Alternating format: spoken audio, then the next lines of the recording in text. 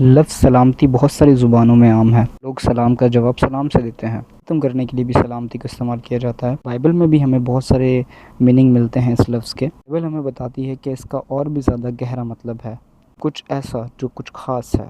اور پرانے عہد نامے میں ہیبرو ورڈ جو ہے وہ شلوم ہے، امن کے لیے یا سلامتی کے لیے۔ نئے عہد نامے میں گریک ورڈ ہے ایرین ہے۔ سب سے عام مطلب جو شلوم کا ہے وہ ہے کمپلیٹ، یعنی کہ مکمل، اور ہول یعنی کہ پورا۔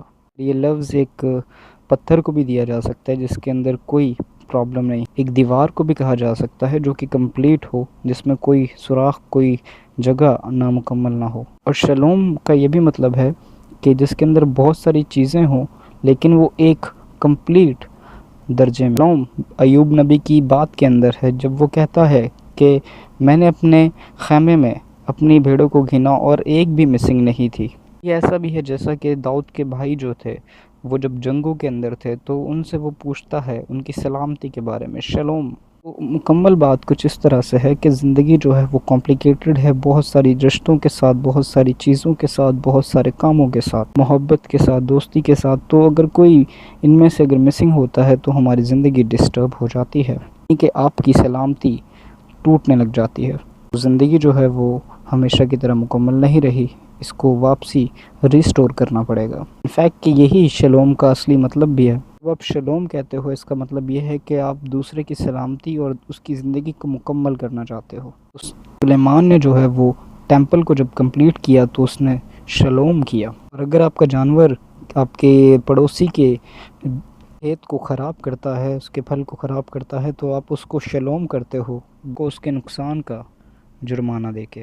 اور یہی بات جو ہے وہ سیم انسانی رشتوں کے اندر بھی ہے۔ انسان کی کتاب میں پڑھتے ہیں کہ ٹوٹے ہوئے دل کو جوڑنا جو ہے یہ شلوم لے کے آنا ہے۔ جب بائبل کے اندر دو جنگیں ہوتی تھی، دو لوگوں کے بیچ میں جنگیں ہوتی تھی، تو وہ جب سلامتی کو لے کے آتے تھے یعنی شلوم کو لے کے آتے تھے، تو ان کا یہ مطلب نہیں تھا کہ جسٹ وہ وار کو ختم کر رہے ہیں، بلکہ ان کا یہ بھی مطلب تھا کہ وہ ساتھ میں مل کے کام کرنا شروع ہو جاتے تھے۔ اور یہ جو پیس تھا شلوم کا، یہ اسرائیل کے بادشاہوں نے خراب کرنا چاہا، اور یہی جو تھا وہ ہوا بھی۔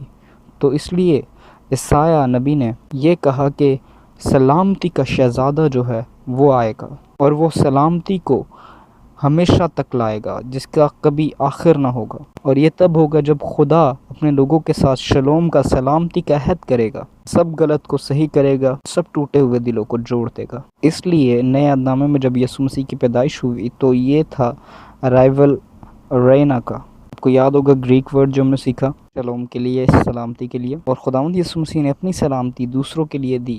اس نے یہ کہا جو ہم یوحنا 14:27 میں پڑھتے ہیں، میں تمہیں اپنی سلامتی دیتا ہوں۔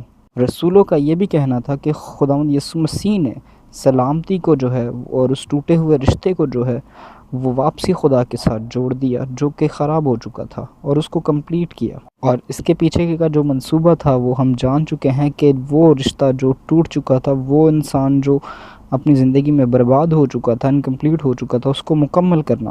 یہ پالوس رسول نے کہا کہ خداوند یسوع مسیح ہمارا ایرینا ہے، یعنی کہ پیس ہے، اور یہ وہ تھا جو میں بننا چاہتا ہوں لیکن میں بن نہیں پایا ہوں۔ اگر یہ اس کا فضل ہے، یہ اس کا رحم ہے کہ اس نے مجھے اپنی زندگی دی۔ اس کا یہ مطلب ہوا کہ خداوند یسوع مسیح نے ان کو اپنی زندگی دی، اپنی سلامتی دی، تاکہ وہ دنیا کو ریسٹور کر سکیں، سلامتی سے بھر سکیں۔ یہ وال کو کمپلیٹ کرنے کے لیے ہمیں انسانیت چاہیے، صبر چاہیے، دوسروں سے پیار کرنا چاہیے۔